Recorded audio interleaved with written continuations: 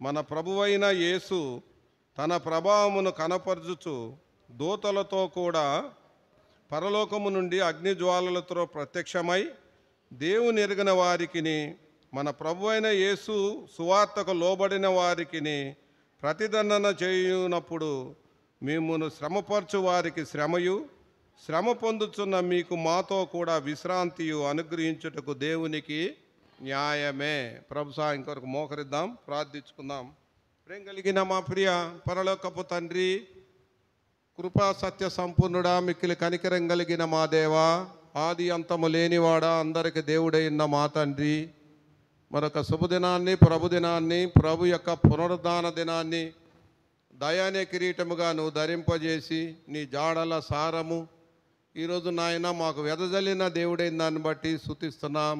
ఒకప్పుడైతే నాయన సంసారి సంతానము కన్నా కూడా మేము విడవబడి సంతానముగా విస్తారంగా ఉన్న మానా జీవితములో, దేవుడు లేని మానా జీవితములో తండ్రి, ఈరోజు దేవుడుగా మాకు వచ్చి తండ్రి, ఈరోజు నీ సంతానముగా, నీ కుమారులుగా, అక్షయులుగా నాయన నీ మహిమ తీసుకొచ్చేవారిగా ఈరోజు అల్పులమైన మమ్మల్ని తండ్రి పరలోకములను అధికులుగా చేసిన నీ సిలువ రక్త పోక్షణ బట్టి స్తుతిస్తున్నాం ప్రభువా.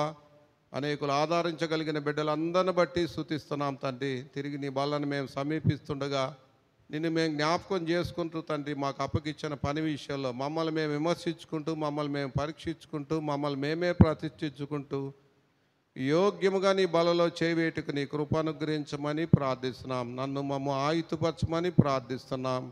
నిలబడని దాసును కూడా జ్ఞాపకం చేసుకోతండి. నీ సిలువు సాటును మరుగుపరచము. ఆత్మీయమైన, సత్యమైన, నిత్యమైన, అమూల్యమైన, జీవము కలిగిన నీ నోటి మాటలు నీ దాసుని నోటి బూరగా వాడుకోమని, నన్ను మమ్మ ఆయుతుపరచమని, నీ ఆత్మ సంచారం మా మధ్య దయచేయమని, మమ్మల్ని అందరినీ కూడా నీ రక్తపోషణం తీసుకొస్తూ నీ సమాధానంతో పంపించమని, మా మనోనేత్రాలు వెలిగించమని, మా కొరకు త్వరగా రానున్న ప్రభువైన యేసుక్రీస్తు వారి నామములో స్తుతించి ప్రార్థించి అడిగి వేడుకుంటున్నాం తండ్రి.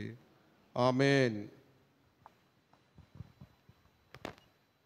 ఇక్కడ దశలోనికి రాసిన 2వ పత్రిక అక్కడ 1వ అధ్యాయంలో 8-9 వచనాల్లో గమనిస్తే, ప్రభువైన యేసు తన ప్రభావమును కనపరచుచు దూతలలో కూడా పరలోకము నుండి అగ్నిజ్వాలలలో ప్రత్యక్షమై దేవుని ఎరిగిన వారికిని మన ప్రభువైన యేసుక్రీస్తు సువార్తకు లోబడిన వారికిని ప్రతిదండన చేయనప్పుడు మిమ్మల్ని శ్రమపరచు వారికి శ్రమయు, శ్రమ పొందుతున్న మీకు మాతో కూడా విశ్రాంతి అనుగ్రహించుట దేవునికి న్యాయమే.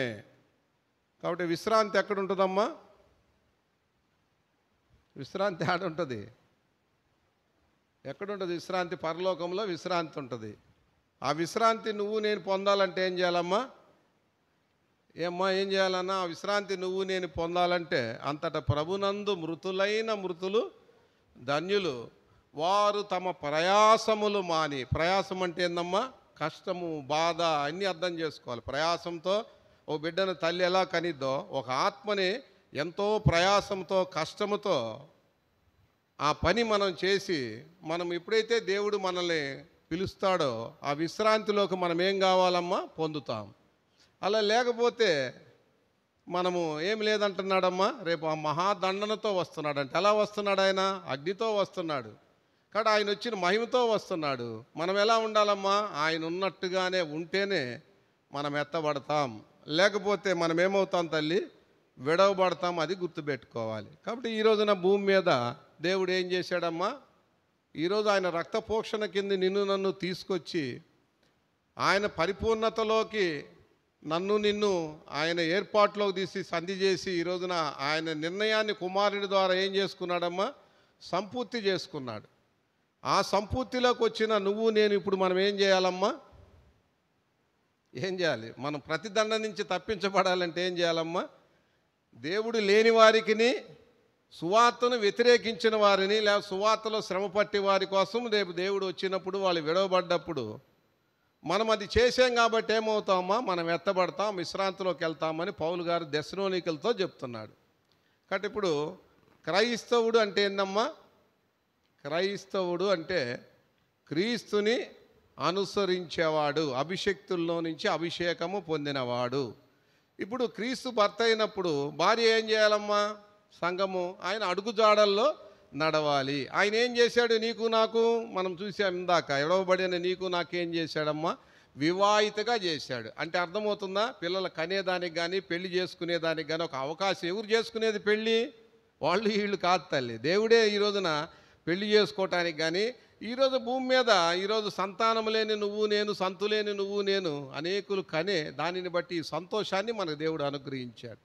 లోకం మన పోంది, లోకం మనల్ని యాక్సెప్ట్ చేయలే. అపరాచుడా అంది, నువ్వు ప్రాయశ్చిత్తమే లేదు పోంది. చెప్పింది ఎవరు? లోకం కాదు. ఎవరు? సనాతన ధర్మం చెప్తుంది, ధర్మశాస్త్రం చెప్తుంది. అయితే మన దేవుడు ఏం చేశాడమ్మా? తన కుమారుని ప్రాణ విమోచన ద్వారా ఈరోజు నిన్ను నన్ను ఆయన స్వరక్తం ఇచ్చిన సంఘములో కొన్ని అంగాలుగా చేశాడు. ఈ అంగాలమైన మనం ఏం చేయాలమ్మా? ఒక అవయానికి ఒక అవయం ఏం చేయాలి తల్లి? పరామర్శించుకునేలాగా. రెండు చేతులే, నేను అన్నం దీంతో కాదు దీంతో తింటాను, లేకపోతే నువ్వు చేత్తో కానీ అంటే, లేదా ఎవరు చేస్తారు ఈ పని? కానీ దేహంలో ఏ పని అయితే దేవుడు మనకు అప్పగించాడో ఆ పని విషయంలో మనం ఎప్పుడైతే నమ్మకమైన వారుగా ఉంటామో అప్పుడు ఆయన పతి ఆదరణే సతికి మోక్షం అనేది ఉంటుంది. అంతేగాని బాప్తీసం తీసుకొని ఏదో రాంగలేని మనకు ఉంది అనుకోగాకండి, ఇంకా దరిద్రం పట్టిద్ది.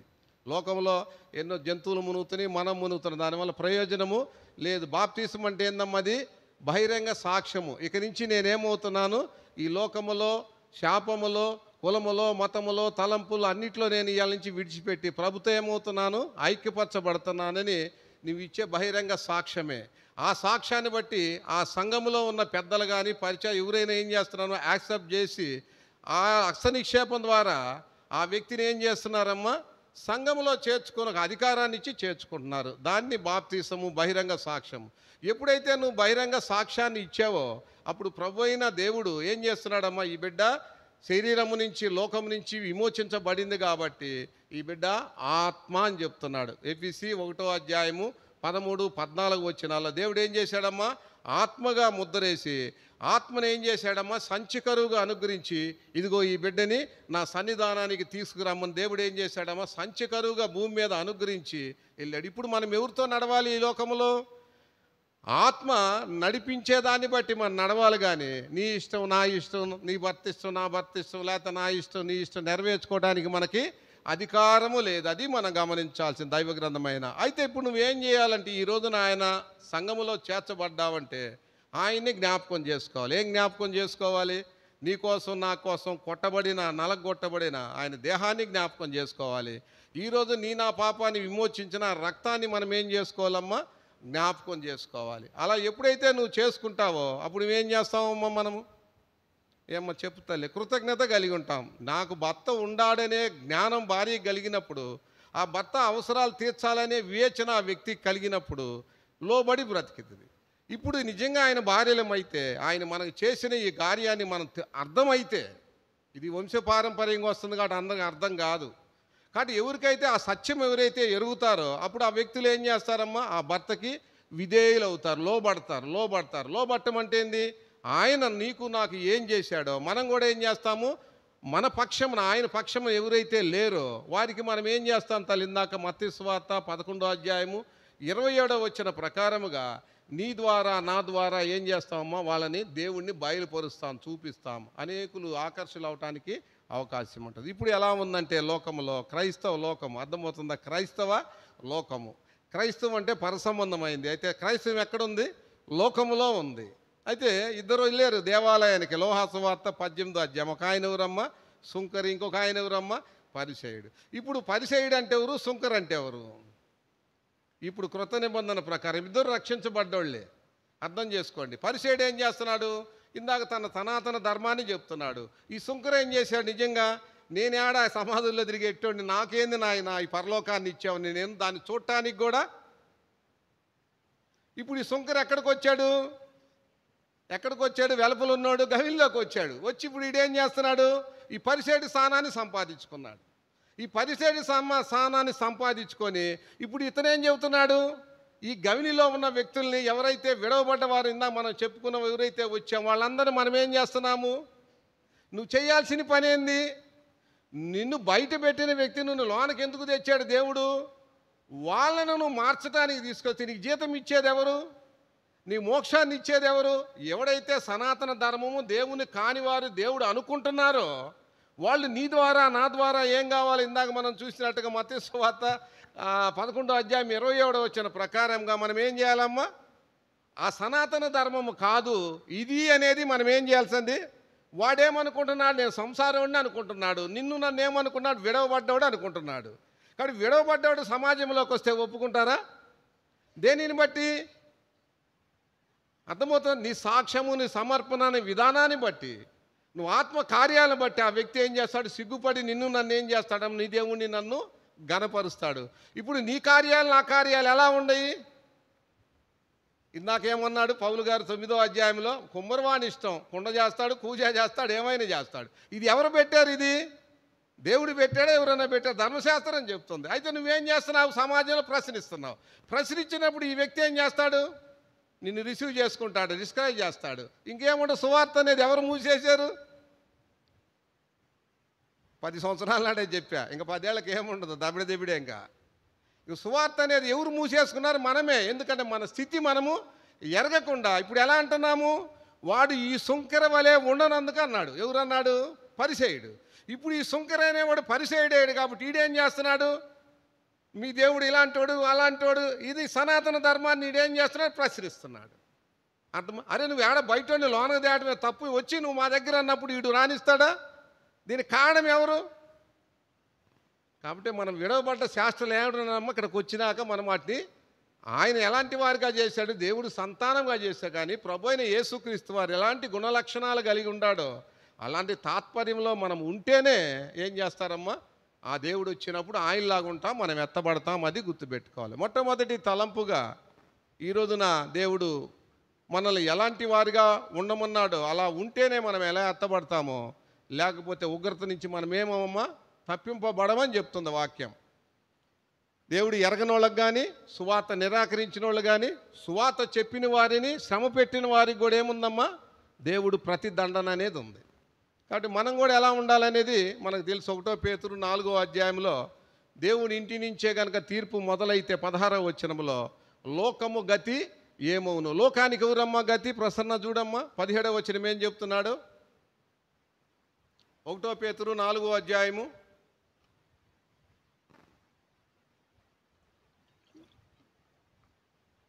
ఏం చదవలేరా?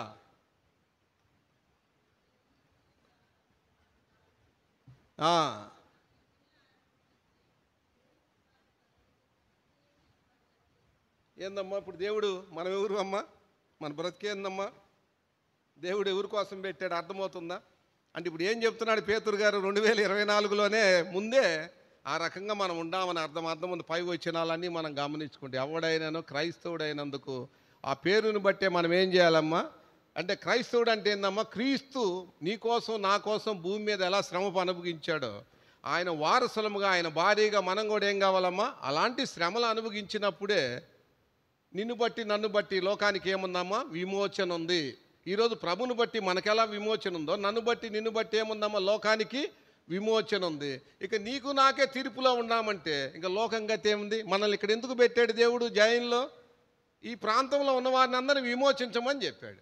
నువ్వేడు చేరి నేను అది చేశాను ఇది చేశానని ఆ పరిసేడి మాదిరిగా ఏం ప్రార్థనలు చేస్తే ప్రయోజనం ఏముంది? కాబట్టి మన సుంకర బతుకు ఇప్పుడు మన సుంకరలను ఎక్కడ తెచ్చాడు? పరిసేడిలో తీసుకొచ్చాడు. మనం ఆ గ్రహింపులోకి ఆ స్పృహలోకి ఈరోజు క్రైస్తవ సమాజం లేదు. ఎందుకంటే ఆ డిఎన్ఐ మారలా. క్రీస్తు డిఎన్ఐ కనుక వస్తే ఆ వ్యక్తికి అర్థమవుతుంది. సావుకైనా సిద్ధపడతాడు కానీ ఒక వ్యక్తిని హాని చేయటానికి ఏ క్రైస్తవుడు కూడా ఇష్టపడడు అనేది చెప్తుంది వాక్యం. కాబట్టి మొట్టమొదటి ఇక్కడ మనం తలంపు గమనిస్తే ఈ రోజున మనము విడవబడిన మనల్ని ఈరోజు ఆయన వారిగా మనల్ని చేశాడు కాబట్టి ఘనమైన వారిగా అర్థం చేసుకోవాలమ్మా. మొట్టమొదటి తలంపుగా యోహాను సువార్త 11వ అధ్యాయము జాగ్రత్తగా చూసి తొందరగా ముగిస్తాబో చాలా టైం అయింది. 25, 26 వచనాలు. అందుకు యేసు పునరుద్ధానమును జీవమును నేనే, నా యందు విశ్వాసముంచువాడు చనిపోయినను బ్రతుకును అని చెప్తున్నాడు. ఇంతకు పునరుద్ధానం అంటే ఏంది? పునరుద్ధానం అంటే ఏంది అర్థం అయ్యా? కాబట్టి పునరుద్ధానం అంటే మా అన్న బాగా చెప్పాడు, మంచిది చచ్చిపోయి బతకడం అని. పునరుద్ధానం అంటే పునరుజ్జీవితాన్ని, కొత్త జీవితాన్ని ఇచ్చేవాడిని నేనే అంటున్నాడు. అయితే ఈ జీవితం ఎలాంటిది? అక్కడే చూడండి తల్లి, అందుకు పునరుద్ధానమును జీవము నేనే. అయితే ఈ కొత్త జీవితం ఎలాంటిది? నిత్య జీవాన్ని ఇచ్చేది. నీ పాత రోత జీవితం ఎలాంటిది? ఒకవేళ నీకు ధర్మశాస్త్రం ఉన్నా, సనాతన ధర్మం ఉన్నా, నువ్వు విడవబడి దానివైనా, ఎలాంటి దానివైనా ఏంది అది? నువ్వు చచ్చిపోతే ఏముందమ్మా? నిత్య జీవం లేదుగా. యేసు అందుకు పునరుద్ధానమును జీవమును నేనే అంటే యేసుక్రీస్తు చనిపోయి తిరిగి లేచాడు కాబట్టి, మరణమేమైంది? ఓడిపోయింది కాబట్టి, ఈరోజు నిత్య జీవం తండ్రి కుడిపాశాన్ని ఉన్నాడు కాబట్టి ఆ జీవాన్ని నేనేం చెబుతున్నాడు. అర్థమవుతుందా? అయితే ఇప్పుడు నువ్వు నేనేం చెబుతుంది 26వ వచనము. కాబట్టి ఎవడైతే ప్రభు అయిన యేసుక్రీస్తు ఆ భర్తనందు విశ్వాసం ఉంచామో ఆ దేవుడి నందు ఏమైందమ్మా? కాబట్టి ఎవరైతే ఆయనందు మన విశ్వాసం ఉంచామో, బాప్తీసం ద్వారా మళ్ళీ మనం చనిపోయామనుకో, విశ్వాసం ద్వారా మళ్ళీ ఏమయ్యాము? ఏమ్మా? బ్రతికేం చేశాము? మళ్ళీ విశ్వాసం ఏందో రావాలి. ఇందాక చెప్పా, మళ్ళీ నేనేం చెప్పేది ప్రతి మాట చెప్పాలని మళ్ళీ చెప్పలేను. ఏది మళ్ళీ బ్రతికి విశ్వాసం అంటే? ఒకటేందమ్మా, నేను పాపి కాబట్టి నేను ఇలా చనిపోతున్నా, నాలో మరణం ఉంది కాబట్టి నీలో జీవం ఉంది కాబట్టి నేను చనిపోతున్నాను, పాత రోత జీవితాన్ని నీలో చంపేసుకుంటున్నా. మళ్ళీ ఏమైనా నేను బ్రతికేం చేస్తున్నాను? కొత్త జీవితాన్ని, పునర్జీవితాన్ని నేను ప్రారంభిస్తున్నా. ఈ పునర్జీవితంలో ఏముంది? నిత్య జీవం అనేది ఉంది. కాబట్టి ఇంక నాకేం లేదు. కొన్నాళ్ళ తర్వాత అంత ప్రయాసము మాని ఆడికి వెళ్తాను, విశ్రాంతిలోకి వెళ్ళిపోతా. కాబట్టి ఇప్పుడు నువ్వు నేను ఎక్కడున్నావమ్మా? పునర్జీవితంలో ఉన్నాం. పునర్జీవితం అంటే ఏంది? ఈ జీవితము పునర్జీవితం అంటే ఏందమ్మా? ఈ జీవితంలో కనుక నువ్వు కరెక్ట్గా ఉంటే ఏముంది? నిత్య జీవం అనేది ఉంది. మరణం అనేది ఇంకెన్నటెన్నటికి లేదని చెబుతున్నాడు. ఎవరు చెప్పాడు? మన ప్రభు అయిన యేసుక్రీస్తు వారు. అది మనం తెలుసుకోవాలి. అయితే ఈ పునర్జీవితం ఎలా వచ్చిందో మనకు తెలుసు. కొలసీలు రాసిన పత్రిక 2వ అధ్యాయం 12వ వచనం ప్రకారముగా చేతితో చేయబడిన సున్నతి కాదు ఇది. దేంతో చేశాడమ్మా? ఆయన మరణ భూస్థాపన పునరుద్ధాక రక్తముతో ఏం చేశాడమ్మా? సంధి చేశాడు. కాబట్టి మనం కూడా ఏం చేశాము? ఆయనలో మనము పునరుద్ధానం అయ్యాం. కాబట్టి ఏమంటున్నాడు? ఆయన చనిపోయిన తండ్రి ఎలా లేపాడో నిన్ను నన్ను కూడా ఏం చేశాడమ్మా? ఆయన లేపాడు. ఇప్పుడు యేసు ప్రభు వారు నేనే అనే మాట చెప్పగలిగాడంటే, ఒక క్రైస్తవురాలంగా ఈరోజు నేనే అనే చెప్పే అధికారం ఉందా లేదా? ఏమ్మా, మనం ఆ మాట చెప్పగలుగుతావా? నమ్ముకోవటానికి వచ్చిన వాళ్ళకి, దేవుడని వచ్చిన వాళ్ళకి, వరాలకు వచ్చిన వాళ్ళకి, ఆశీర్వాదాలకు వచ్చిన వాళ్ళకి ఆ మాట ఏం చెప్తాను చెప్పండి? అంటే పాత జీవితమే మరణకరమైన జీవితము, పునర్జీవితం ఏందమ్మా? నిత్య జీవాన్ని ఇచ్చే జీవితం. యేసు ప్రభులోకి రావటం. ఈ మధ్యాహ్న కాలం ఇంకా ఎవరైనా ప్రభువును విశ్వసించకపోతే నువ్వు మరణంలోనే ఉండవు. నువ్వే కులస్తురాలవైనా, మతస్థుడివైనా, ఏ శాస్త్రాలు ఉన్నా, ఏ సనాతన ధర్మములో ఉన్నా నీ మీద మరణం అనేది ఉందనే సంగతి మనం గమనించాలి. ఆ మరణములను ప్రభు అయిన యేసుక్రీస్తు వారు విరిచాడు కాబట్టి ఈరోజు నువ్వు నేను ఆ నూతన జీవంలోకి రాగలిగాం. కాబట్టి రోమీలు రాసిన పత్రిక, ఈరోజు నేను పునర్జీవం అయ్యానయ్యా అని నువ్వు చెప్పగలిగితే దేవుడు నిన్ను ఇక్కడ సాక్షిగా పెట్టాడు జైల్లో. రోమీలు రాసిన పత్రిక 1వ అధ్యాయం 7వ వచనం చూడమ్మా. శరీరమును బట్టి దావీదు సంతానముగాను ఏముందమ్మా? చూడండి తల్లి, చక్కగా మంచి అసమానమైన మాటలు ఇవి.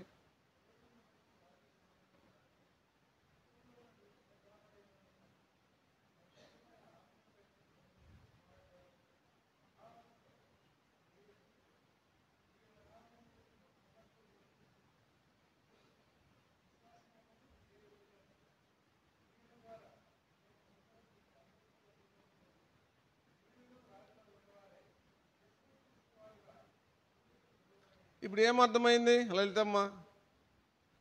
మనం యేసుక్రీస్తు వారుగా ఉండటానికి ఏమయ్యామయ్యా? అది పిలువబట్టాను. నువ్వు ఎవరవయ్యా? ఏమయ్యా? కొండ్రు వెంకటపతి కొడుకు. ఎప్పుడు? మునుపు వెంకటపతి కొడుకు. యేసుప్రభు మునుపు ఎవరు? దావీదు శరీరాన్ని బట్టి దావీదు సంతానం. యేసుప్రభు ఏమయ్యాడు? శిలువ మరణం ద్వారా ఏమయ్యాడు? చనిపోయి సమాజం 3 దినాలు లేపబడ్డాడు కాబట్టి, తండ్రి మహిమలు ఏమయ్యాడు? ప్రభావంతో లేపబడ్డాడు కాబట్టి ఏమయ్యాడు? ఆయన దేవుని కుమారుడు అయ్యాడు. ఇప్పుడు వెంకటపతి కొడుకు ఏమయ్యావు? ఆయనలో ఏం చేశావు?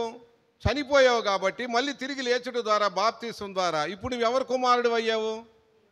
ఇందా చూసాం కదమ్మా, దేవుని సంతానం అయ్యాం, దేవుని కుమారుడు అయ్యామా లేదా? కానీ దేవుని కుమారులు కుమార్తెలు అయిన నువ్వు నేను అక్కడ ఏమన్నాడమ్మా? చివరి వచ్చిన మన యేసు క్రీస్తు వారుగా మనల్ని ఏం చేశాడమ్మా? పిలువబడ్డాడు అంటున్నాడు. దేనికి పిలువబడ్డాడు? అక్కడ పౌలు గారు అన్నాడు, కృపను అపోలస్తమును. ఏందమ్మా? కృపను అపోలస్తమును ఏం చేశారమ్మా? వాళ్ళు పొందారు. ఇప్పుడు ఆ కృప అంటే ఏంది? ఈ పునరుద్ధానం యేసుక్రీస్తు వాని, అపోలస్తం ఏంది? పంపబడేది. అయితే నువ్వు నేను యేసు ప్రభుని స్వీకరించి అంగీకరించిన మనము ఏం చేయాలంటున్నాడు? అనేకులు పంపబడేవారికి ఉండాలంటే కాపురాలు చేసుకోకుండా, ఉద్యోగాలు చేసుకోకుండా, లేకపోతే బతకకుండా చేయమని ప్రభు చెప్పలా.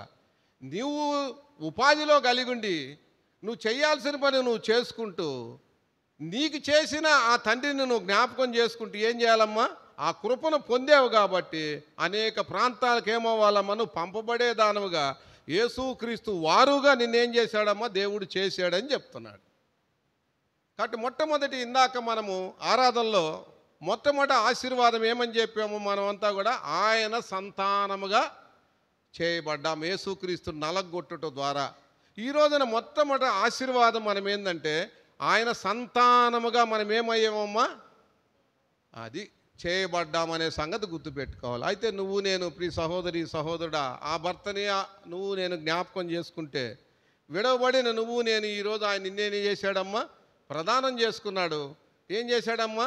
ఈరోజు తన భార్యగా చేసుకున్నాడు నిన్ను. అంతేకాదు ఆ కుమారులుగా కుమార్తెలుగా ఎక్కడైతే నేను వదిలేశానన్నాడో అక్కడ ఆయన ఏం చేశాడమ్మా? ఈ రోజున స్వీకరించాడు. గుర్తుపెట్టుకోవాలి. ఎక్కడైతే అర్థమవుతుందో సియాయి పర్వతం మీద ఆ రోజు ఇశ్రాయేల్ దగ్గర మోషేతో ఏ మాట అయితే దేవుడు పలికాడో అదే మాటని ఈ రోజున ఏమంటున్నాడమ్మా? ఈ విడవబడిన వారందరూ కూడా నా కుమారులు కుమార్తెలు, ఇదిగో ప్రియురాలుగా అనేసాడు. ఈరోజు ప్రియురాలుగా దేవుడు స్వీకరించాడు. కాబట్టి నువ్వు నేను ఇప్పుడు మనం ఏం చేయాలమ్మా? ఆయన గుణాశయాలను మనం ఏం చేయాలి? తల్లి ప్రచురం చేయాలా లేదా? ఏం చేస్తున్నాం గుర్తుపెట్టుకోండి. ఒకవేళ మనం చేసి కనుక ఉంటే మన శేషం అనేది మనం చూసుకోవాలి. కాబట్టి మొట్టమొదటి తలంపుగా ఈరోజు నా కొత్త జీవితాన్ని, ఆ జీవితంలో ఏముందమ్మా? నిత్య జీవం ఉంది. ఆ జీవాన్ని నువ్వు పొందాలి, నేను పొందాలంటే మనము ఆయన వారంగా ఆయన దానవుగా మనం ఉండాలి. నమ్ముకున్నోళ్ళుగా ఉండకూడదు తల్లి. ఒకటో తలంపుగా. రెండో మాట చూడమ్మా, గల్తీలు రాసిన పత్రిక 5వ అధ్యాయము 1వ వచనం చూడు తల్లి.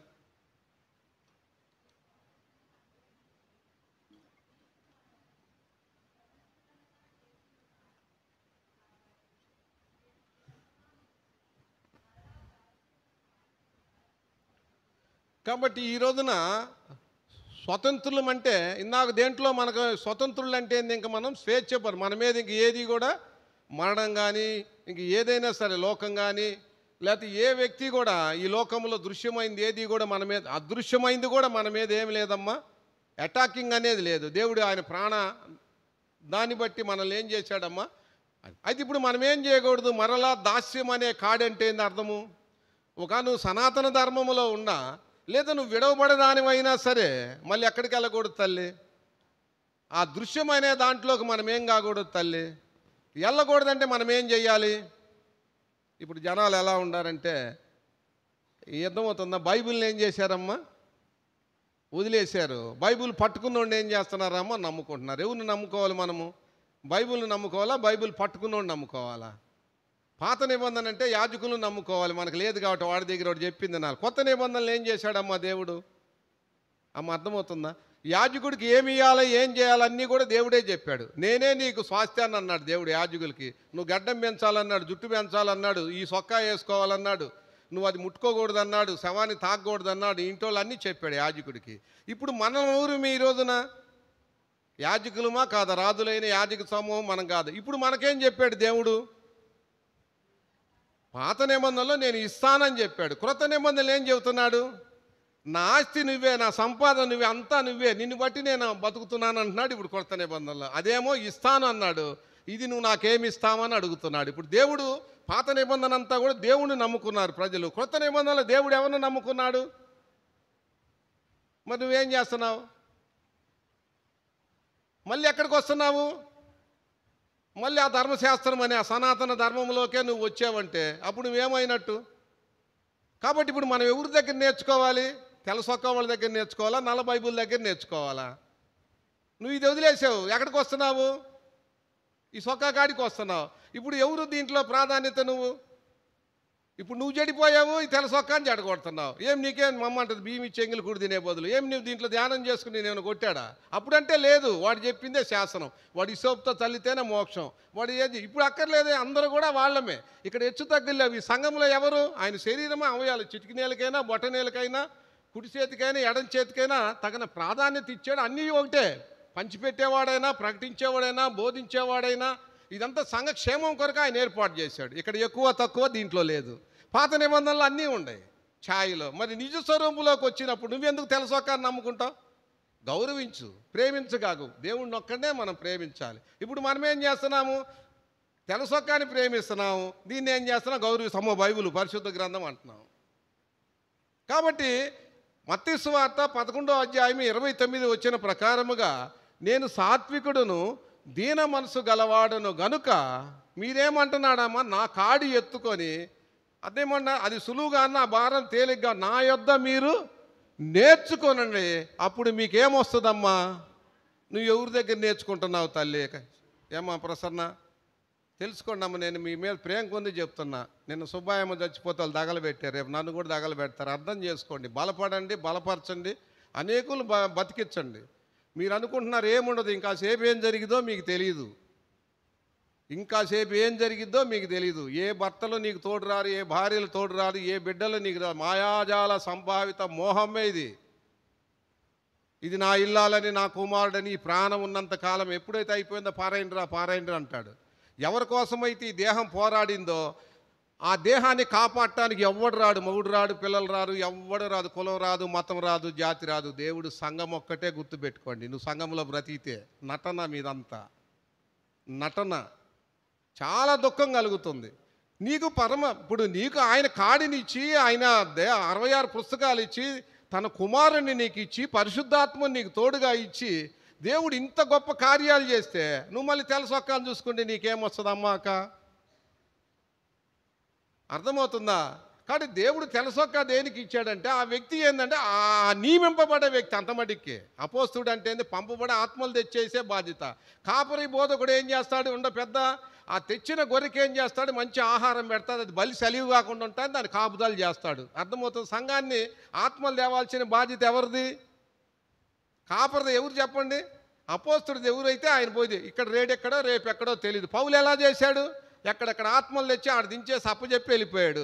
ఆ ఆత్మల్ని ఆహారం పెట్టాల్సిన బాధ్యత, బలపరచాల్సిన బాధ్యత ఎవరు? సంఘ పెద్దది. అందుకని అపోస్తకాలు 20:28 దేవుడు తన స్వరక్తం ఇచ్చి తన సంఘము కాయుటకు మిమ్మల్ని పరిశుద్ధాత్ముడు దేనికి అధ్యక్షులుగా నియమించను. ఆ మంద విషయంలో మీరు జాగ్రత్త కలిగి ఉండమంటాడు. ఇది చేయాల్సింది కాపరికి సంబంధంలో. కాపరి ఉపదేశకుడు రెండో ఒకటే పదమమ్మ. పెద్దని కాపరి అంటారు, ఉపదేశకుడు అంటారు. ఇక మిగిలిన పాస్టర్ గారు అంటే అపోస్తుడు. ఆయన పని ఏంటంటే, ఆయన సమస్తాన్ని విడిచిపెట్టి సమర్పించుకున్నాడు కాబట్టి లోకంలో పడి ఏం చేస్తాడమ్మా? ఆ సత్య సువార్తను ప్రకటించి 4 ఆత్మలు తెచ్చి పడేసే బాధ్యతే. కానీ సంఘములో ఆయన ఏ వ్యక్తి కూడా ఏమీ లేవు. నువ్వు ఎకాడికి దీన్ని అలవాటు పడ్డావు, దీన్ని చూడలేదు కాబట్టి. కాబట్టి మనం తెలుసుకోవాల్సిన రెండో మాట ఏంటంటే, మనం ప్రభు అయిన యేసుక్రీస్తు వారు మన ప్రధాన కాపరి కాబట్టి, ఈయన ఈ గ్రంథం ఆయనే కాబట్టి, ఈ గ్రంథంలో మనం నేర్చుకోవాలి కాబట్టి, ఈ గ్రంథం అనే దాన్ని మనం మోయాలి. కానీ మనం ఇతరుల ద్వారా ఎవరో మోస్తుంటే సొమ్ము అయింది సోగ్గా మనము ఉంటే నువ్వు నష్టపోతావు. కాబట్టి మనం నేర్చుకోవాల్సింది ఆయనలో నేర్చుకోవాలి, ఆయన్ని బట్టి నేర్చుకోవాలి. భార్య ఎక్కడ నేర్చుకోవాలి? భర్త అడుగుజాల్లో నడవాలి. కానీ వాళ్ళ వీళ్ళని బట్టి మనం నడవకూడదు. ఆ మనవరాలు చిన్న అమ్మాయి సంవత్సరం అక్కడ వచ్చిన మా అమ్మనే వెళ్తుంది, అంతకన్నా బాగున్న పిల్లల దగ్గర కూడా పోదు. ఎందుకని? అంత పసిబిడికే నా తల్లి తండ్రి అని తెలిసినప్పుడు, ఇంత వయసు వచ్చి కాలాన్ని బట్టి ఈరోజు దేవుడు గ్రంథం తెలియకపోతే మనం నష్టపోతాం. జాగ్రత్త. కాబట్టి ఏంది ఇక్కడ మనం గమనిస్తే, మనము ఆయన కాడి మోసుట ద్వారా మనకు కలిగే గొప్ప ప్రయోజనము ఏందో మనం గమనిస్తే, ఆయన దగ్గర మనం నేర్చుకుంటే ఏమవుతుందంటే, ఇందాక మనం చెప్పినట్టుగా రెండో మాట ఏందమ్మా? మనం దేవుని వలన పుట్టిన వారం కాబట్టి, దేవునికి ఏం చేయాలి తల్లి? మనము ఆ తండ్రిని మనం ఏం చేయాలి? గణపరచాలి. ఎలా గణపరుస్తావు తల్లి? 2 కొరింథీ 5వ అధ్యాయము 14-15 వచనాలు చూడమ్మా. క్రీస్తు ప్రేమ మమ్మల్ని ఏం చేస్తుంది తల్లి? అది బలవంతం అంటే ఏంది, ప్రేమ అంటే ఏంది? విడవబడిన బ్రతుకు మనకు అర్థమైతే, ఈరోజు సంసారి సంతానములు ఆయన కూర్చోబెట్టాడు కాబట్టి దేవుడి బిడ్డవు నువ్వు అయితే, ఆ ప్రేమ ఎలాంటి ప్రేమ? అగాపే ప్రేమ, హేతువు లేక ప్రేమించిన ప్రేమ నీకు గనక అర్థమైతే, ఇప్పుడు నీ ఆత్మ ఏం చేస్తుంది? అదిగో తగలబడతాం చూడు, అదిగో తగలబడతాం చూడు. ఎంతమంది తగలబడిపోతారు యాతన పాతాళానికి. అయితే నేను కూడా, నువ్వు కూడా తగలబడాల్సిన వాళ్ళని ఈరోజు ఆయన ప్రేమను బట్టి మనం ఏం చేసాం తల్లి? ఈరోజు ఇక్కడ ఆయన భారీగా ఖాళీగాం కాబట్టి, నిజంగా అయ్యి గనక ఉంటే ఆ ప్రేమ నిన్నేం చేస్తుంది? లేదు మా అమ్మాయి పిలుస్తున్నాడు, స్కూల్ టైం అవుతుంది, మా ఆయన ఆఫీస్ టైం అవుతుంది, అమ్మో తంతాడు అంతే తన్నాడు, స్కూల్ పోతే పోయింది. అక్కడ ఏం చేస్తావమ్మా? ఒక వ్యక్తి కోసం నువ్వేం చేస్తావు? ఆ ప్రేమ. అయితే అందరూ ఏమనుండారమ్మా? లోకంలో ఏం చెప్తున్నారు చూడండి, బైబిల్ చక్కగా చదవండి. అందరు లోకంలో ఏమయ్యారమ్మా? సచ్చి ఉండారు అందరూ. ఎవరైనా చచ్చిపోయి ఉండారు. ఎందుకు? బతికున్నా వాళ్ళు చచ్చిపోయి నాడకపోతారు, నరకానికి పోతారు. ఎవరికి తెలుసు? ఇందాక మనం చూసాం కదా ఆరాధనలో. అయితే ఇప్పుడు క్రీస్తు ప్రేమ మనల్ని ఏం చేస్తుందమ్మా? బలవంతం చేస్తుంది. ఏమని బలవంతము?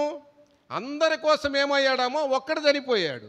అందరూ ఏమయ్యారమ్మా? చనిపోయినవారు. కాబట్టి ఈ చనిపోయిన వాళ్ళని ఏం చేయాలమ్మా? బ్రతికిన మనమేం చేయాలి తల్లి?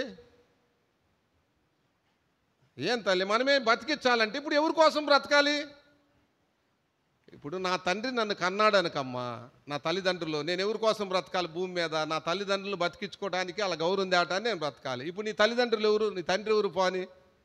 ఇప్పుడు ఎవరి కోసం జీవించాలి? ఇంతకుముందంతా ఎవరి కోసము? ఇంతకుముందంతా జీవించాం లోకం కోసము, వాటి కోసం, వీటి కోసం, సనాతన ధర్మం.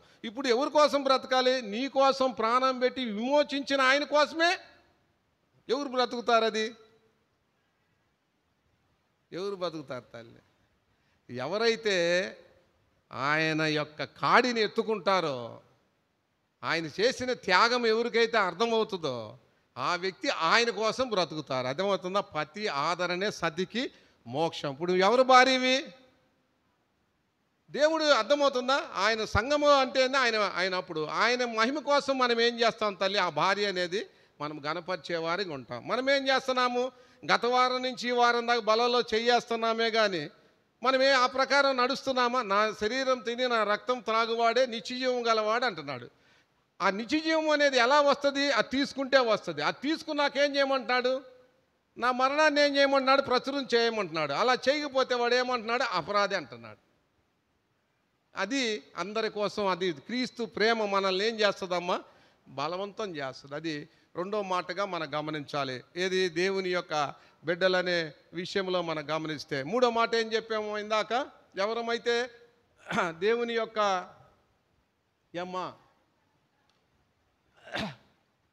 అది సరే, ప్రథమ ఫలంగా మనల్ని ఆయన సంకల్పాన్ని మనం ఏం చేస్తాం తల్లి? ఆయన సంకల్పాన్ని మనం నెరవేర్చాలని మనల్ని ఏం చేశాడు తల్లి? ప్రథమ ఫలంగా ఉంచాడు. రోమీలు రాసిన పత్రిక 3వ తలంపు 13వ అధ్యాయం 10వ వచనం చూడమ్మా.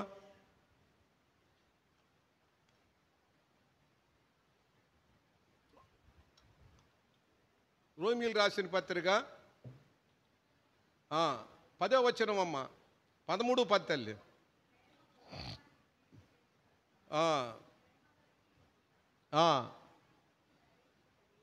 ఇప్పుడు ఏంటమ్మా అర్థము దానికి? మూడో మాట ఏందమ్మా?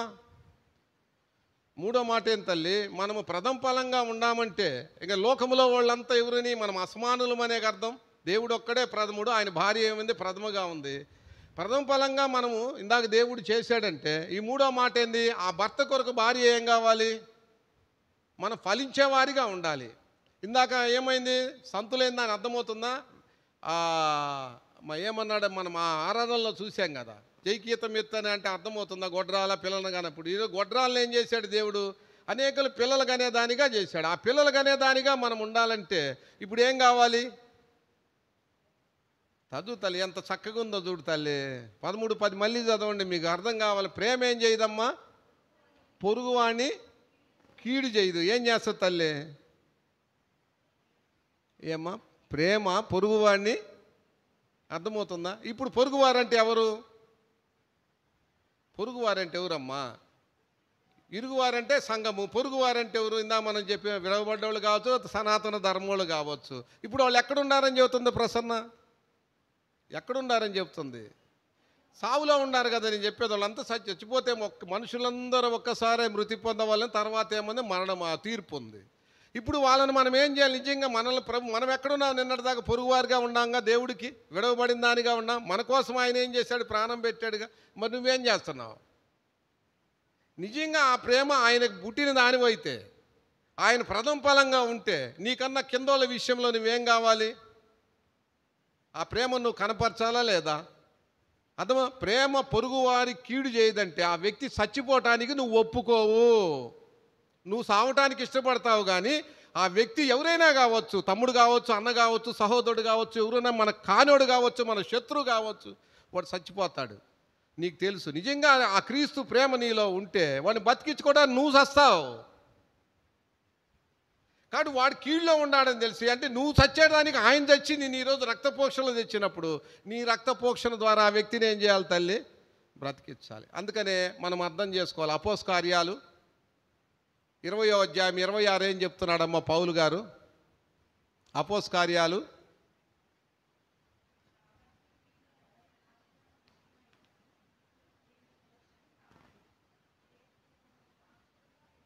కింద ఏముంది చూడమ్మా? రక్త అపరాధము నిమిత్తం అంటాడు. వాళ్ళంతా ఎవరమ్మా? వాళ్ళంతా ఏడున్నారు తల్లి? ఆశన విషయమై అంటాడు. ఇప్పుడు ఎక్కడున్నారు ఎఫీసీలు? తల్లి ఎఫీసీలు ఎవరు తల్లి? ఎఫీసీలు అంటే ఎవరు తల్లి? అయ్యయ్యో, ఎఫీసీలు ఎవరు? మన భాషలో చెప్పుకుందాం. ఇక్కడ భాషలో ఏం ప్రసన్నాం? ఎఫీసీలు ఎవరమ్మా? అంతా విడవబడ్డోళ్ళు వాళ్ళు. అవన్నీ చెప్పకూడదు, భయంకరం బైబిల్ అనేది తెలియక చెబుతున్నారు. కానీ అలాంటి వాళ్ళు ఎఫీసీలో ఒకవేళ వాళ్ళు వృత్తిపరంగా వాళ్ళు విగ్రహారీతులకైనప్పటికీ వాళ్ళ తల్లి వేరు అసలు లేదని నీచులు ఒక మాటలో చెప్పాలంటే. అలాంటి ఎఫీసీలు ఏం చెప్తున్నాడమ్మాడా?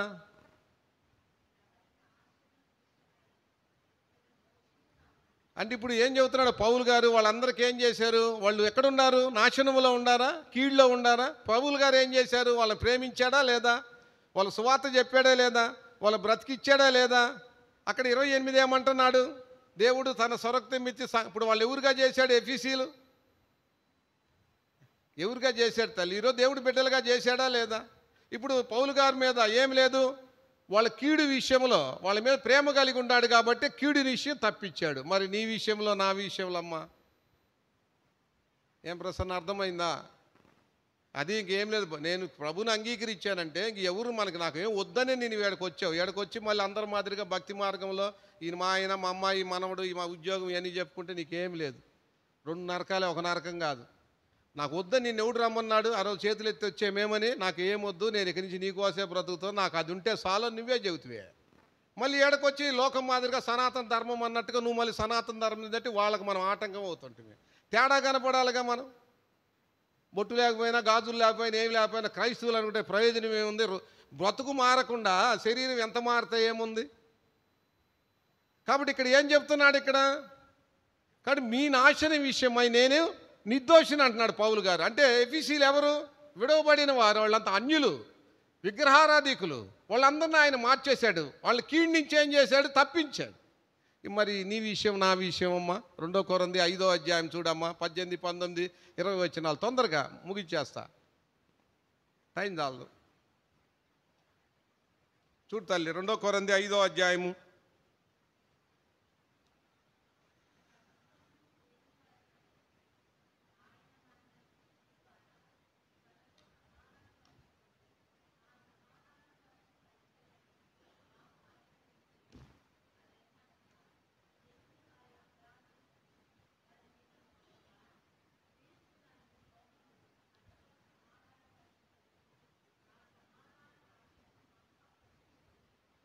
చదువు 20.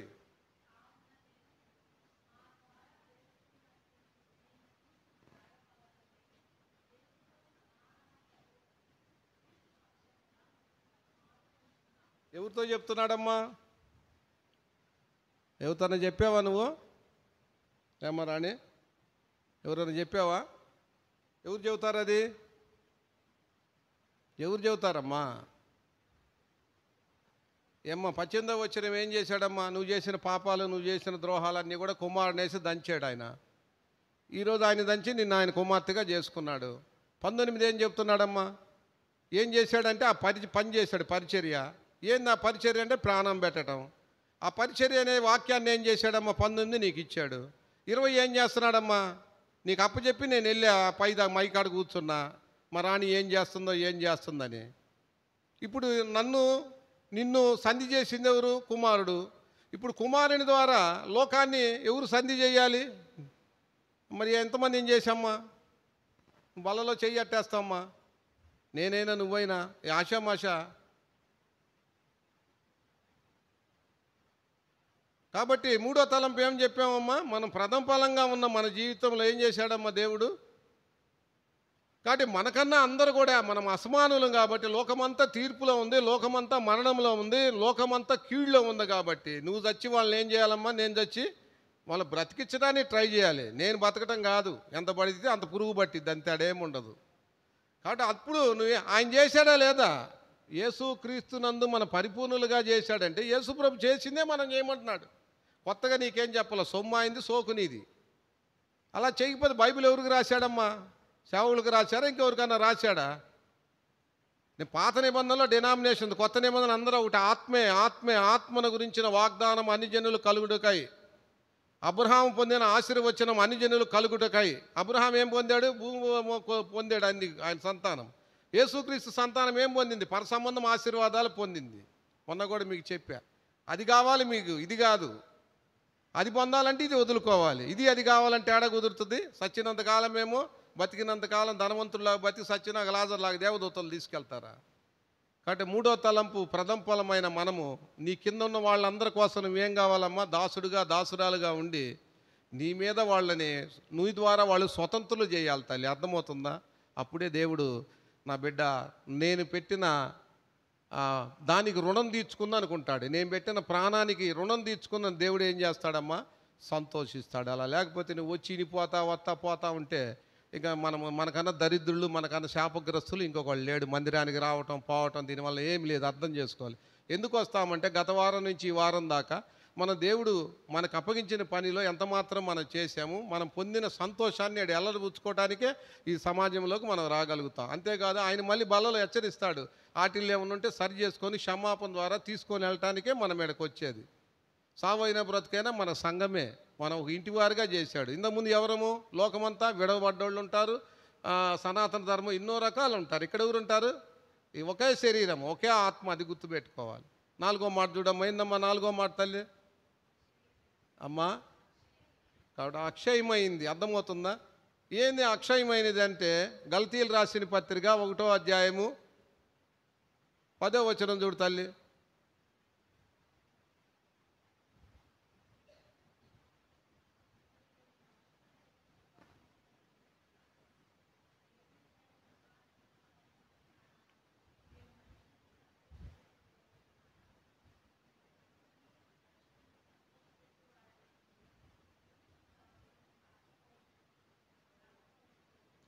ఇప్పుడు ఎవరిని సంతోషపెట్టాలంటున్నాడమ్మా?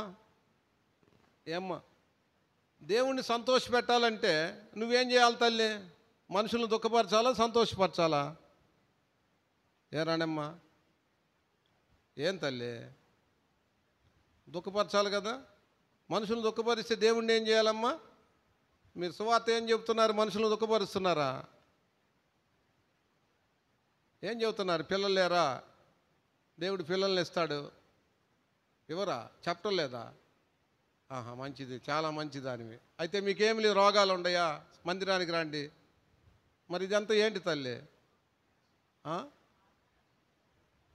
అవును, నువ్వేం చెప్తున్నావు తల్లి? దేవుణ్ణి సంతోషపెట్టడం అంటే నువ్వు మనుషులను దుఃఖపెట్టాలి. నిన్ను ఎవరన్నా కొట్టారా? నువ్వు చెబితే కదా కొడతానికి. కాబట్టి మనుషుల్ని ఏం చేయాలి? కలిగిందంతా వదిలిపెట్టి రాండి. ఏమన్నాడు అక్కడ? ఏమన్నాడు? వచ్చి అయ్యా నేను చిన్న సద్బోధకుడు అన్నాడు. దేవుడు ఒక్కడే సద్బోధకుడు, ఏం కాదన్నాడు. అయితే నేను నిత్యజీవం పొందాలంటే ఏం చేయాలన్నాడు? నీ కలిగింది విడిచిపెట్టి రా అన్నాడు. ఏమన్నాడు దానికి యేసుప్రభు వారు? ఏమన్నాడమ్మా? అదే ఏమన్నాడు దానికి? ఏమన్నాడు? ఏమన్నాడు యేసుప్రభు వారు? పేతురు గారు, అయ్యో నేను అన్నీ వదిలిపెట్టి వచ్చా కదా, నా సంగతి ఏందన్నాడు. ధనవంతుడు దానికి ఏమని చెప్పాడు యేసుప్రభు వారు? మనుషులకు అది అసాధ్యమే కానీ దేవుడికి సమస్తము సాధ్యం. నువ్వెవరు తల్లి? దేవుడి బిడ్డమైనప్పుడు ఇందాకేమని చెప్పి, దేవుడు అంటే ఆత్మవేగా. ఆత్మకే ఎక్కడికైనా వెళ్ళేదిగా, సూది బెజ్జం వెళ్తుంది, దేనికైనా వెళ్తుందిగా. అంటే ఇప్పుడు నీకేమి లేదు, శరీరం అంటే ఏంది? దృశ్యమైంది ఏమి లేదుగా. మరి దృశ్యమైంది లేనప్పుడు ఒక వ్యక్తిని నువ్వు ఆత్మ రక్షించడం, పరలోకంలో ఆత్మ ఎప్పుడు గంతులేస్తుంది? దృశ్యాన్ని వదులుకుంటే పరలోకంలో దేవదూతలు గంతేస్తారు. దేవదూతలు ఏముంది? దృశ్యం ఉందా, అదృశ్యం ఉందా? మరి దృశ్యమైందని వదులుకున్నప్పుడు ఆ వ్యక్తి ఏం చేస్తుంది? సంతోషపడిద్దా, బాధపడుతుందా? కాబట్టి ఇప్పుడు పౌలు గారు ఏమంటున్నాడు అక్కడ 6, 7 వచనాలు 8 వచనాల్లో చూసుకుంటే భిన్నమైన సువార్త అంటాడు, భిన్నమైన మాటలు అంటాడు. అలాంటి నేను కానీ దేవదూతలు కానీ ఏదైనా చెప్తే వాడు శాపగ్రస్తుడు అవునుగాక అన్నాడు. ఎవడైనా సువార్తి భూలోకములో యేసు మన కోసం వచ్చాడు, ప్రాణం పెట్టారు, మీరన్నీ వదిలిపెట్టి రాండి అని ఒక్కడు చెప్తున్నాడా? వాళ్ళ సంతోషం కోసం ఎట్టొకటి రాబట్టుకోవాలని ఏ విధము చేతనని చెప్పి ఇది ఒకటి తీసుకొచ్చి ఏం చేస్తున్నాము? అర్థమవుతుందా? కాబట్టి 4వ తలంపుగా అక్షయమైన మనము ఏం ప్రకటన చేయాలమ్మా? అక్షయమైన పునరుద్ధానాన్నే ప్రకటన చేయాలి. కానీ క్షయమైపోయే మాటలు పునరుద్ధానంతో కలిపితే మనమేమవుతాం తల్లి? శాపగ్రస్తులం అవుతాం. గల్తీలు రాసిన పత్రిక 6వ అధ్యాయము 8, 9 వచనాలు 10 చూడమ్మా తొందరగా.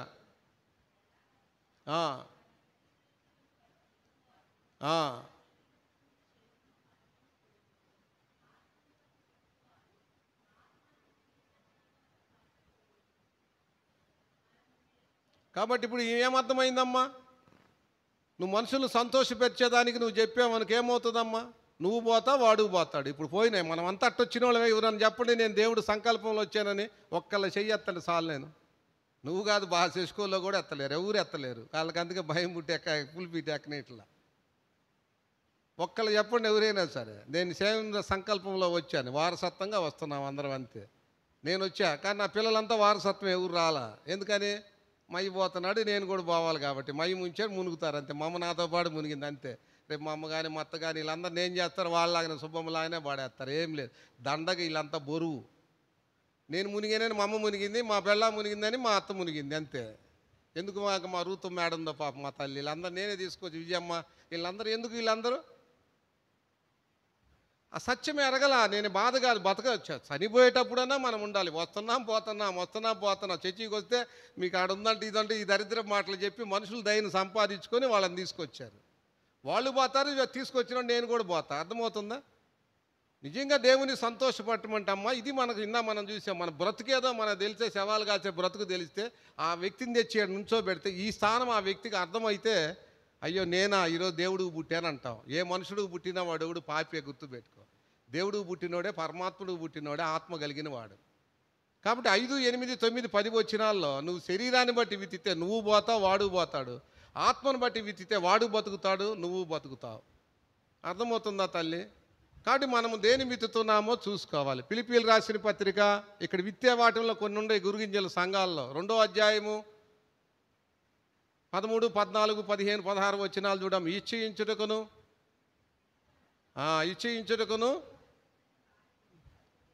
తన దయా సంకల్పం నెరవేర్చేది ఎవరమ్మా? ఇప్పుడు దేవుడు కార్యాలు, ఇప్పుడు ఇచ్చ కానీ కోరిక కానీ దయ కానీ ఇవన్నీ ఎవరు అమ్మా? ఇప్పుడు దేవుడే అమ్మా. ఎవరు చేస్తున్నారు ఈ పనులన్నీ? ఎవరు చేయాలి ఈ పనులు? ఇప్పుడు కాన్వికేషన్ ఎవరు చేస్తున్నారు? వివిపిఎస్ ఎవరు చేస్తున్నారు? ఇవన్నీ ఎవరి పని? దేవుడి పని. నీ ద్వారా నా ద్వారా జరిగిస్తున్నాడు. అర్థమవుతుందా? ఇచ్చేయించుటకును తన కార్యసిద్ధి కలుగు చేయటను తన దయా సంకల్పం, మంచి సంకల్పం అంట, నిల్చుండే సంకల్పం నెరవేర్చేది ఎవరమ్మా? అర్థమవుతుందా? అయితే నువ్వేం చేస్తున్నావు? ఆయన ద్వారా నెరవేర్చుకుంటున్నావా, నీ ద్వారా నెరవేర్చుకుంటున్నావా? నీ సంకల్పమా, ఆయన సంకల్పమా? మన పెళ్ళి ఎవరు సంకల్పము? లేకపోతే మన పిల్లలు ఎవరు సంకల్పము? మన బ్రతుకు ఎవరు సంకల్పం? ఎందుకు అట్లా చెప్పుకోవటం? అది కాబట్టి మనం ఇవన్నీ చేసుకొని మనం ఏం చేస్తున్నాం తల్లి? కాబట్టి ఏది చేసినా దేవుడే కాబట్టి ఇప్పుడు నువ్వేం చేయాలమ్మా? 14 వచనం చూడమ్మా.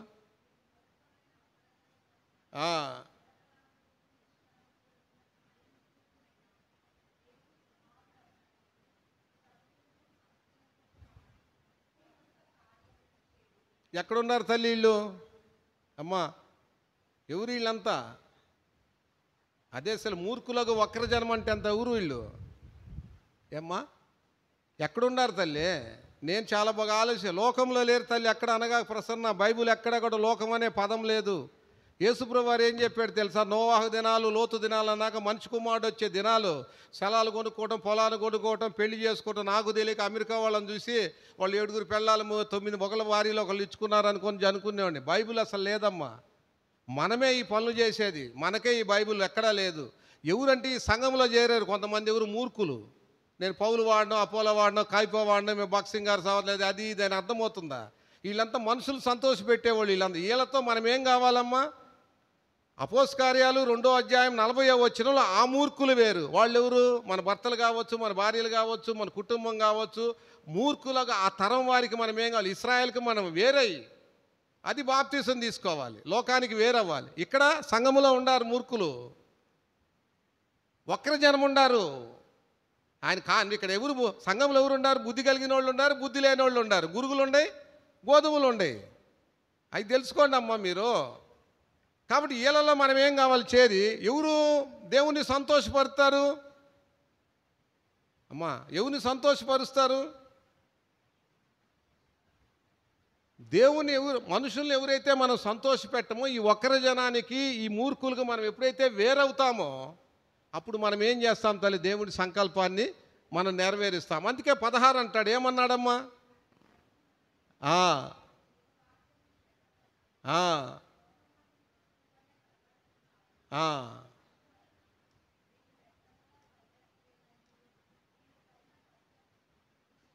ఇప్పుడు నేనేం చేశాను తల్లి? కష్టపడి 4 పిల్లలు కన్నా. 4 పిల్లలు ఏం చేస్తున్నారు? నా సంకల్పాన్ని నెరవేరుస్తున్నారు, నా ఇష్టాన్ని నెరవేరుస్తున్నారు. ఈ 4 పిల్లలు నాలాగా ఉన్నప్పుడు నాకేముంది? నేను పడ్డ ప్రయాసం, కష్టం అంతా ఏమైంది? ఆ దర్శన దినము, దేవుడి దినం దగ్గరయ్యే కొంది నేను కన్నబిడ్డలు అది. ఇప్పుడు దేవుడు కూడా నిన్ను బట్టి నన్ను బట్టి సంతోషించాలంటే నువ్వు ఎవరుగా ఉండాలి? ఏమ్మా? నువ్వు వేరవ్వాలి. మూర్ఖుల మధ్య, ఒక్కరి జనం మధ్య నువ్వు వేరవ్వాలి. దేవుని నువ్వు ఎప్పుడైతే సంతోష పెడతావో, ఆయన చిత్తాన్ని ఎప్పుడైతే నెరవేర్చడానికి ఇష్టపడతావో, లోకంలో నువ్వు ఎలా ఉంటావో తెలుసా? జ్యోతిలాగా ఉంటావు. అర్థమవుతుందా? ఇప్పుడు జ్యోతిలాగా ఎవరు చూశాడు? ఇది పౌలు గారు చూశాడు. కాబట్టి నేను వ్యర్థంగా పరిగెత్తలేదు. నేను ఎంత ఖర్చు పెట్టినా సరే నా పిల్లలు నేను అనుకున్న ప్రకారం డాక్టర్లు అయ్యారో, యాక్టర్లు అయ్యారో, ఉద్యోగం వచ్చిందో, పాస్ అయ్యారో, తల్లిదండ్రులకి ఏముంటుంది? ఇప్పుడు పౌలు గారికి సంతోషం ఉంది. అది ఒక్కోసారి మనం ఏం చేస్తాం? ఈ మూర్ఖ జనం ఒకటి లేదో అందరికి అంటిచ్చేస్తాం, లేని ఉన్నట్టుగా అంటిచ్చేస్తాం. అప్పుడు ఏమవుతుంది? సంఘం పాడవుతుంది, వాళ్ళని అనుసరించేవాడు పాడవుతాడు. కాబట్టి 4వ వచనం ప్రకారంగా ఎవరమ్మా వీళ్ళంతా? ఎవరు? 4వ వచనం మనం ఇందా చూసాం కదా. ఎవరు వీళ్ళంతా? అమ్మా అక్షయమ్మా. అదే తల్లి 4వ మాట మన ఆరాధనలో చూసాం. 4వ మాట ఏం చేశాము? కాబట్టి ఆ క్షయ బీజం నుంచి పుట్టినోడు ఏం చేస్తాడు తల్లి? క్షయమైన తలంపులు కలుగుతాడు. అక్షయ బీజం నుంచి పుట్టినోడు ఏమవుతాడు తల్లి?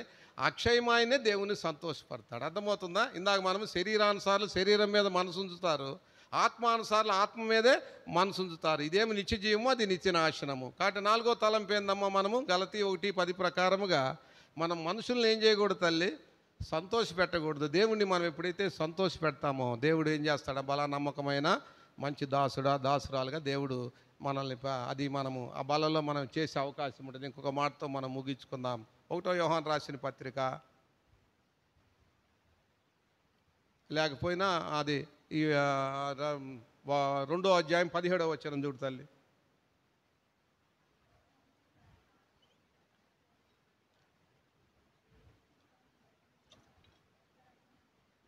కాబట్టి లోకము దాని ఆశ ఏమవుతుంది తల్లి? అయితే ఏమవుతుంది?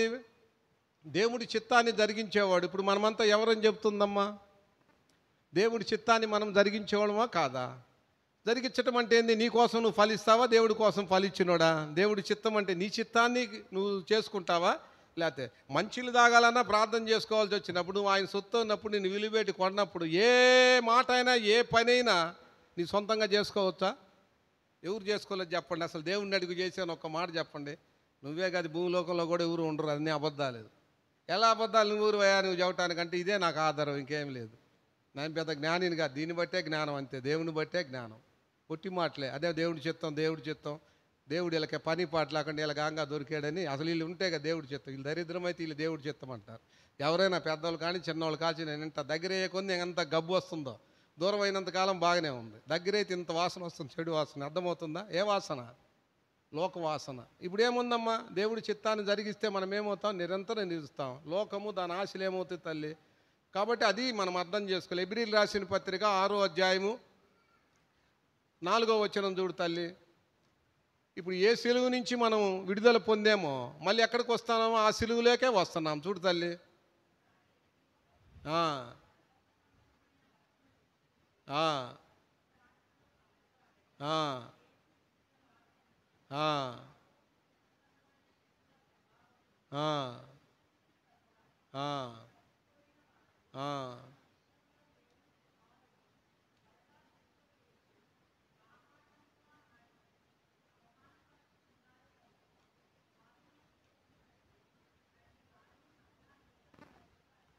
మారు మనసు దేనికి పొందేవు తల్లి? అమ్మా రాడమ్మా, బైబిల్ చాలా చేసుకోవాలమ్మా. అది దేవుడు, అది తెలియని ఆనందం, అది మీకు అర్థం కాదు. ఒక పదం ఉన్నప్పుడు నేను చాలాసేపు ఇంగ్లీష్ నుంచి తెలుగులో చేశారు. కింద నుంచి పైకి వస్తే నీకు అర్థమవుతుంది, పైనుంచి కిందకు వస్తే అర్థం కాదు.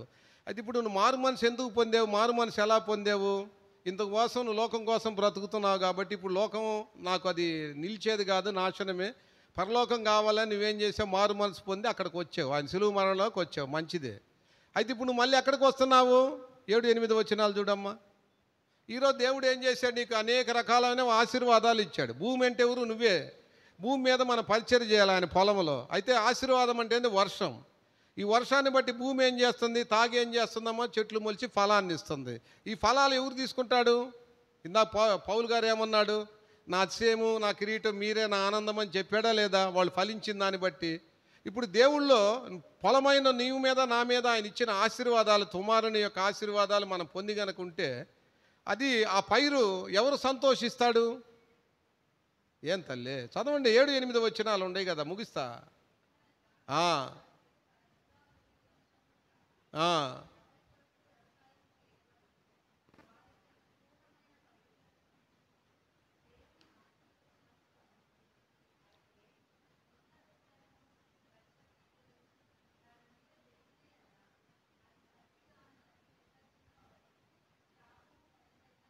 అంటే నువ్వు ఎవరి కోసం ఫలించాలమ్మా? ఎవరి కోసం ఫలిస్తున్నామ్మా? ఏదైతే నువ్వు వదిలి మారు మనసు పొందావో ఆయన ఇచ్చినదే. అదంకా మీకు అర్థం కావాలంటే దీనికి గలతీ 5:13 ఉంటుంది, రోజు పంచుకుంటాం. ఆయన ఇచ్చిన స్వాతంత్ర్యాన్ని అయితే ఒక మాట ఏమన్నాడు? మీ శరీరానికి వాడుకోవద్దన్నాడు. గలతీ 5:13 ఏం చెబుతున్నాడమ్మా?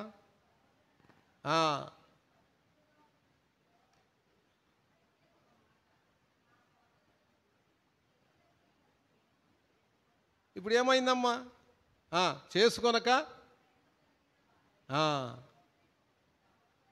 అదే దాసుడు అంటే దేవుడు ఎవరమ్మా?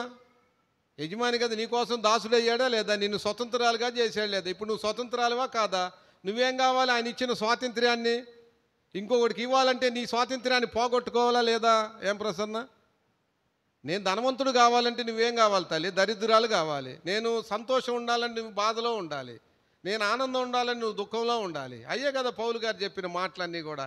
ఇవి మళ్ళీ వేడకొచ్చావు, మళ్ళీ దేవుణ్ణి అడ్డం పెట్టుకొని ఆయన ఇచ్చిన ఆశీర్వాదాలంటే నువ్వేం చేస్తావు? నీ ఫలింపులోకి నీ చిత్తాన్ని నువ్వు నెరవేర్చుకుంటే మళ్ళీ ఏమవుతుంది? ఆయన మళ్ళీ నువ్వు మారు మనసు పొందాలంటే ఆయన నీ కోసం మళ్ళీ వచ్చి సిలువేయబడాలి. అర్థమవుతుందా తల్లి? కాబట్టి రెండోది ఏం చెప్పామో, దేవుని చిత్తాన్ని కనుక నువ్వు జరిగించుకుంటే నిరంతరం జీవిస్తావు. లేదు నీ కోసం నా కోసం చేసుకుంటే, మనకు తెలుసు కదా లోకాసువార్త 12వ అధ్యాయం 15వ వచనంలో మనకు తెలుసు యేసుప్రభువు వారు ఏం చెప్పాడమ్మా? ఏ రకమైన లోభమునకు ఎడమివ్వడి అన్నాడు. అంటే అని అక్కడేమో ఒకని కలిమి విస్తరించటం వల్ల వాని జీవమునకు మూలము కాదన్నాడు. ఒకని కలిమి అంటే అర్థమవుతుందా? ఒకవేళ నీ కష్టపడి సంపాదన నీకు వచ్చినా అది జీవాన్ని ఇవ్వదు. లేదు ఇతరుల కలిమి నువ్వు ఆశించినా నీకు అది జీవాన్ని ఇవ్వదు అని యేసుప్రభువు వారు మాట చెప్పుకొచ్చాడు. ఏం మాట? ఒకడు ఉన్నాడు, వాడు ఏం చేశాడమ్మా? దేవుడు పైరు వర్షాన్ని ఇచ్చాడు, పైరు పండింది, బాగుంది. వాడు కొట్లన్నీ ఏం చేశాడు? ఓడగొట్టి పెద్దవి చేసుకున్నాడు, అన్నీ చేసుకొని తనతో ఏం చెప్పుకున్నాడు? తన ప్రాణంతో చెప్పు, నా ప్రాణమా తినుమా సుఖించుమా అన్నీ చెప్తున్నాడు. దేవుడు ఏమన్నాడమ్మా? ఓరి ఎరివాడా, ఈ రాత్రికి నీ ప్రాణం అడుగుతున్నారా అన్నాడు. కాబట్టి ఒకని కలిమి విస్తరించటం వలన వాడి జీవమునకు మూలము కాదు, ఒకని కలిమిని పోగొట్టుకుంటే వాడి జీవానికి మూలం. కాబట్టి ఆయన కలిమి నువ్వు తీసుకొని ఆయన జీవాన్ని నువ్వు పెట్టుకొని అది నువ్వు లోకానికి వాడేవంటే ఇంక నీకు పిల్లలు ఉంటారా? నీ వంశం ఉంటుందా? ఎవరు ఉంటారు చెప్పండి? నా మాట కాదు తల్లి, బైబిల్ మాట చెప్తుంది. ఏలీ కుమారులు భౌతికంగానే చూసాం, దేవుడికి పెట్టాల్సినవి పెట్టకుండా వీళ్ళు తినడానికి ఏమో వంశమే లేకుండా పోయింది. సమూయేలు కుమారులు చూసాం, న్యాయాన్ని బదులు అన్యాయాన్ని తిప్పి ఆ కుటుంబం పాడవటానికి ఈరోజు సౌలు రావటానికి. కానీ ఎన్నో విషయాలు మనము బైబిల్లో మనం గమనిస్తున్నాం. మన మాదిరిగా బుద్ధి కలగటానికి ఇచ్చాడు. ఏమంటున్నాడమ్మ 21, దేవుని కొరకు ధనవంతులు గాక దేనికి అవుతున్నామో తమ కొరకు ధనము కూర్చుకున్నవారు. కాబట్టి చివరిగా ఈ మాటలో మనం గమనిస్తే 5వ తలంపుగా ఏం చెప్పామమ్మా? అమ్మా 5వ తలంపు ఏం చెప్పాం తల్లి? పరిశుద్ధ పరచువానికి పరచబడిన వారికి ఒక్కటే మూలము. ఆయన దేవదూతల కన్నా కూడా తక్కువ చేసుకున్నాడంటే అర్థం ఏందమ్మా? నిన్ను దేవదూత చేయటానికి, నిన్ను దేవుని చేయటానికి ఆయన ఏమైతే తక్కువ చేసుకొని వచ్చాడో, ఇప్పుడు మనం ఏం చేయాలమ్మా? 5వ తలంపులో మనం దేవుని చిత్తాన్ని నెరవేర్చినప్పుడే మనకేముంది తల్లి? ఆశీర్వాదము. ఆయన రేపు వచ్చినప్పుడు మనం ఎత్తబడతాం, విశ్రాంతిలోకి వస్తాం. మన కోసం మనం ఆయన జీవాన్ని పెట్టుకొని, ఆయన బిడ్డలమని చెప్తూ, ఆయన వారసులమని చెప్తూ, మన వారసుల కోసం మనం బతికేమంటే ఏముందమ్మా? చివరికి అది ముళ్ళ తొప్పులు, గచ్చ పొదలు ఇవన్నీ చివరికి ఏం చేస్తారు తల్లి? కాల్చేస్తారు. అర్థమవుతుంది? భూమి అంటే ఎవరమ్మా? నేను నువ్వే. ఆ భూమి మీద అర్థమవుతుంది ఎన్ని చెట్లు అంటే మన కుటుంబమే గుర్తుపెట్టుకో. కాబట్టి ఆయన కుటుంబం అంటే అర్థమవుతుంది, ఆయన సంఘం కోసం నువ్వు ఫలిస్తే నీకుంటుంది. ఆయన సంఘంలో నువ్వు ముళ్ళ తొప్పులు అయ్యి నువ్వు ఫలించావంటే ఆయన రోషము కలిగిన వాడు, గుర్తుపెట్టు. కాబట్టి ఎర్రోని గురించి దేవుడు చెప్పాడు, ఒకని కలిమి విస్తరించటం వలన. చూడండి ఆ పదము, ఒకని కలిమి. చూడండి, ఒకని కలిమి కాదమ్మా ప్రసన్న, చూడము, ఒకని కలిమి. నీది కాంది ఏదైనా నువ్వు తీసుకున్నావంటే అది ఒకవేళ వచ్చినా అంటే దాని అర్థం ఏంటంటే యేసు ప్రభు కన్నా కూడా ఐశ్వర్యం అనేది సృష్టిలో ఇంకొకటి. అంటే ఆయన నువ్వు తునీకరించి, ఆయన నువ్వు కాళ్ళతో తన్ని, ఆయన యొక్క రక్తాన్ని నువ్వు తునీకరించి, కృపకు సాధనమైన పరిశుద్ధాత్మను నువ్వు తిరస్కరిస్తే ఇంకా నీకు ఎలాంటి తీర్పు ఉంటుందో అది గమనించి. అది ఆయన చెప్పేది, ఒకని కలిమి విస్తరించటం వలన వాని జీవమునకు మూలం కాదు. అంటే ఆ యవనస్తుడు ఆ 13వ వచనంలోకి వచ్చి యేసుప్రభు వారిని అడిగాడు, అయ్యా మాది పిత్రార్జితమైన ఆస్తి ఉంది, మా అన్న మా తమ్ముడు ఎవరో సహోదరుడు కొద్ది ఎవడరా నన్ను తీర్పనగా పెట్టిందని. అప్పుడు యేసుప్రభు వారు ఈ మాట చెప్తున్నాడు, ఒకనే కలిమి అంటే అన్నదో తమ్ముడిది ఈడు ఆశిస్తున్నాడు, ఒకవేళ తీసుకున్నా వాడికి ఉపయోగం లేదురా, ఈడిది వదులుకొని నన్ను వెంబడిస్తే ఈడికి నిత్య జీవం ఉందరా అని చెప్తున్నాడు. ఇవన్నీ తెలిసిన వాళ్ళం మనమే పప్పులో కాలేస్తే లోకం గతి ఎవరమ్మా? లక్ష్మమ్మ. కాబట్టి క్షమాపణ కోరుకొని మనకి ఇవ్వబడిన వాటిల్లో మనం పరీక్షించుకొని మనం ప్రతిష్ఠించుకొని యోగ్యంగా బలలో చేద్దాం. మొదటి తలంపు ఏం చెప్పామమ్మా? అందుకు పునరుద్ధానమును జీవమునే కాదు, కొత్త జీవితంలో ఉంటే నిత్య జీవం అనేది ఉంది. రెండోది ఏందమ్మా? ఆయన దగ్గర నేర్చుకోవాలి, స్వాతంత్రం ఇచ్చాడు కాబట్టి. మూడోది ఏం చెప్పామమ్మా? ఏమ్మా? లోకమంతా కీళ్ళలో ఉంది, నిజంగా నన్ను ప్రేమించి నన్ను ప్రాణం పెట్టింది, నువ్వేం చేయాలమ్మా? లోకాన్ని ప్రేమించాలి, అది కీడు ప్రేమ నుంచి వైద్యులకి తీస్తుంది. నాలుగోది ఏం చెప్పామమ్మా? మనల్ని దేవుణ్ణి సంతోష పెట్టాలి కానీ మనుషుల సంతోషం కోసం దేవుణ్ణి దుఃఖపరచకూడదు. 5వ మాట ఏం చెప్పామమ్మా? దేవుని చిత్తమును జరిగించేవాడు నిరంతరం జీవిస్తాడు. లోకము దాని ఆశలు ఏమవుతుంది తల్లి? గతించింది కాదు. గతించే మనల్ని ఏం చేశాడమ్మా? దేవుడి చిత్తంలో పెట్టాడు. మనల్ని విడవబడిన వాళ్ళని తీసుకొచ్చి అక్కడ దేవుని కుమార్తెలుగా పెట్టాడు. కాబట్టి ఈరోజు పరలోకంలో మనల్ని అధికుడిగా చేశాడు. ఆ అధికత్వాన్ని మనము ఈ తుచ్చమైన వాటి కోసము, ఈ పనికిమాలిన వాటి కోసము, క్షయమయ్యే వాటి కోసం మనం పోగొట్టుకుంటే మనకన్నా కూడా దౌర్భాగ్యులు ఇంకొకటి లేదు. విజన్ చూడండి, దేవుని యొక్క సంకల్పం ఏదో గ్రహింపులోకి రండి. తెల్ల సొక్కాలు చూడొద్దు, దీంట్లోనే చూడండి. నేను చెప్పేది బైబిల్ పట్టుకున్నంత మాత్రాన ఆ వ్యక్తి ప్రవక్త కాదు, బోధకుడు కాదు, గొప్పోడేం కాదు. మనం బతికిచ్చేది ఎవరు? ఈయనే. ఈ 66 పుస్తకాలు అడగండి, దేవుడు ఇస్తాడు. దేవుని ద్వారా మనం బ్రతకాలి కానీ మనుషుల ద్వారా మనము బ్రతకూడదు. ఎప్పుడు అది ఛాయలో బ్రతికేం కానీ ఇప్పుడు నిజ స్వరూపంలోకి వచ్చిన ఆత్మలో మనం మనుషుల్ని ఆధారము చేసుకోకూడదు. దానివల్ల నష్టం జరిగిపోద్ది. ఈరోజు సువార్త అనేది పోగొట్టుకున్న మనమే కారణం. మోకరించండి.